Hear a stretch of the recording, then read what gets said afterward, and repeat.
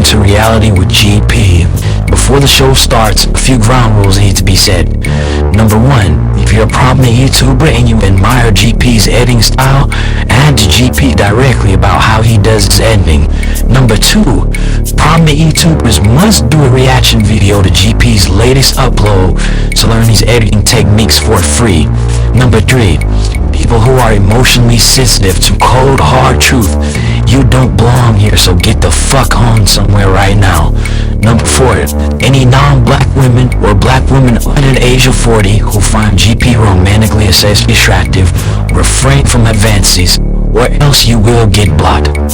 Number 5, if you are an attractive 40 to 55-year-old black woman and you would date and or marry a 24-year-old man, inbox GP on Instagram. It's GP, your show starts in less than 30 seconds. You ready? You damn right I'm ready.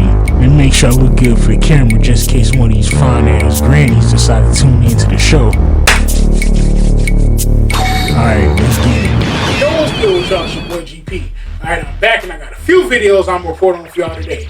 Let the first video play and I'm gonna come back and get my perspective on it as usual. Let's roll that video. If you spend your time chasing butterflies, they'll fly away. But if you spend your time making a beautiful garden, the butterflies will come to you. When you focus on improving yourself, everything you want will come to you. We attract based on who we are, not what we want. Everything stated in that video is 100% accurate in my honest opinion. But unfortunately, most people don't seem to understand the importance of the overall synopsis of that video when it comes to life in general. Allow me to expound to what I mean by that. See, take the dating pool amongst my generation, for example. Within my generation, the most narcissistic, pessimistic, and delusional people always seem to desire kind-hearted, compassionate, level-headed individuals like myself. Which makes no sense, to be honest. I say that because if I'm seeking a long-term relationship that can potentially become marriage, there's two things that are of the utmost importance to me. First, I want the woman I marry to always speak her mind, regardless of what anyone says and thinks about her like I do. Second, I want the woman I marry to be able to easily and efficiently sniff out bullshit just like I can. Which would be two qualities that older women usually tend to possess. Which in turn is exactly why I'm dead set on my spouse being a 40 to 55-year-old black woman. But the only reason I'm single and still on the market is because they tell me I'm simply too young for them to date and potentially marry. Now on to the location in the next video. On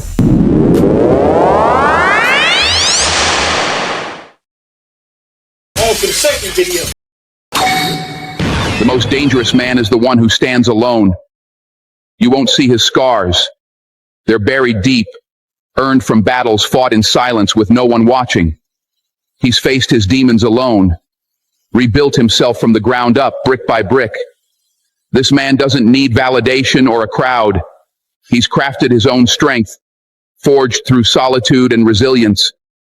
If you're welcomed into his life, know this isn't by chance. You were chosen because he saw something real in you. But never mistake his silence for weakness. It's a quiet power. He's been broken before, but he didn't shatter. He rebuilt himself, stronger each time. If you cross him, remember, his silence isn't surrender. It's a warning. A man who knows his strength and holds his patience is the one to be most cautious of. The statements in that video contain unparalleled levels of accuracy, in my honest opinion. Now, I'll speak from personal experience here, but there was a point in time when I wasn't such a nice person. I even been locked up before. My spin number was 03011501. But I one day decided to change myself for the better. And at the point in my life when I wasn't a nice person, I didn't care about consequences or repercussions to anything I said or did to anybody. And if somebody attempted to provoke me back then, they would have gotten far more than what they asked for every time. Which is also one of the many reasons why I never intend to have kids, which directly correlates to me liking older women. Because usually women in their 40s and 50s don't want another child, which would make dating and potentially marrying them be highly beneficial to me. I say that because my only fear in this life is the possibility of my old self resurfacing within my child if I ever had one. But I've noticed that ever since I changed myself for the better, adopted the ways of stoicism, and handled conflict in a more diplomatic, civilized, and level-headed manner, many people will always say and do things in an attempt to get a rise out of me. But anyone who does that will never get that reaction. The reason being that my aggression is just too intense to be brought out in petty disagreements. Now, due to the level of emotional and physical harm that I'm capable of inflicting on others when acting and speaking out of anger, my aggression is reserved only to sustain my life if I'm ever in a life or death situation. Meaning, those of you who like to start arguments, you can't do that with me. Now, also location in the next video. On to the final video. Not every connection we form is a genuine relationship. Some people enter our lives with hidden agendas, seeking comfort or convenience rather than true emotional understanding. We must learn to recognize the difference between real connection and temporary attachment. True relationships are built on mutual respect, honest communication, and a deep care for each other's well-being. Many of us spend years trapped in relationships that feel comfortable, but lack real depth. These connections drain our energy and spirit, leaving us feeling empty and unseen. A genuine relationship makes you feel valued for who you are, not for what you can do or provide. It's about mutual support, honest sharing, and the freedom to be completely yourself. Learning to spot the difference requires honest self-reflection. Trust your instincts when something feels off. Not every person who says they care actually means it. Real love shows up consistently, respects your boundaries, and honors your true self without conditions or hidden expectations. That video was highly accurate in describing the overall problem within modern dating, in my honest opinion. I'll say this more so pertains to males. So put it more simply, that video perfectly described how simps experience women. Allow me to expound on what I mean by that. See, these simps oftentimes chase after and eventually end up marrying a woman who didn't want them, and who told them multiple times over a period of years that she didn't want them, but gave him a shot only after years of him constantly begging. But within these relationships and marriages, simps are constantly lied to, cheated on, talked down to, and publicly humiliated on a regular basis. In simple terms, they're consistently treated like shit in every aspect of life within these relationships and marriages where they chase after the woman. See, I've always been the type of person to fall back and focus on myself in the case that I want a woman and the attraction isn't mutual.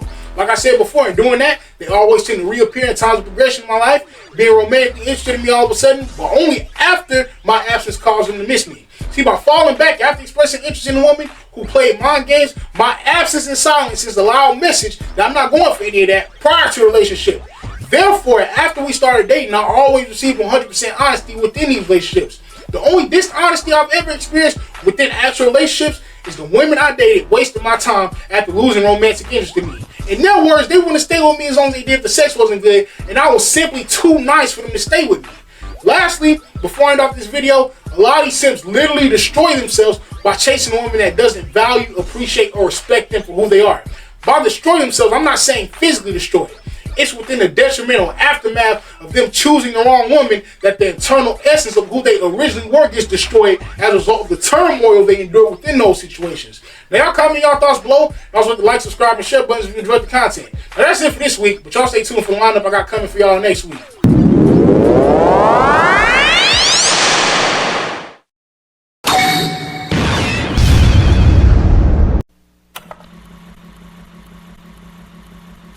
If you enjoyed the show, be sure to follow the instructions right below me, unless you're illiterate. In the case that you're illiterate, go learn to read before tuning back into the show. This show is for fully literate adults only. I'll see you guys in the next video. Till next time.